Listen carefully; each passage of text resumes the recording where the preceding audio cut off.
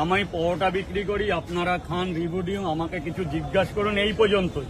কিছু শ্রেণীর লোক আছে তারা বাড়িটাকে ডিমান্ড করছে এবং আমাকে ডাইরেক্টলি যাব বলছে, কিন্তু দেখুন আমি এই বিজনেসটা রাত 11টা থেকে 11:30টায় তৈরি করি।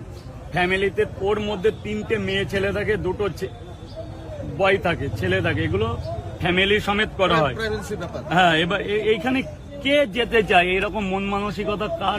আমি একটা কথা বলি, নিজের কিছু ভিউজের জন্য আর নিজের কিছু ইনকামের জন্য এমন কোনো কাজ করব না যাতে তার একদম বসায় একটা চালু দোকান নষ্ট হয়ে যায়। আমার বাড়ি গিয়ে আমার এটা আমাদেরকে খেয়াল রাখতে হবে। কোনোদিন সম্ভব না। তাহলে এবার রাত্রে অনেকে বাড়ি পর্যন্ত চলে যাচ্ছে, যেহেতু আমি একটা পাড়ার মধ্যে থাকি, একটা পাড়ায় একটা আউট অফ ছেলে গেলে, ধরো কেউ গেল হেড অফ পাড়ার ছেলেরা যদি কৈফতদারি করলো, পাড়া থেকে এখন সিভিক বসানো, যে কোথায় যাচ্ছ, আমি তখন তাকে কি কৈফতদারি করবো? আর দাদা কি স্টেপ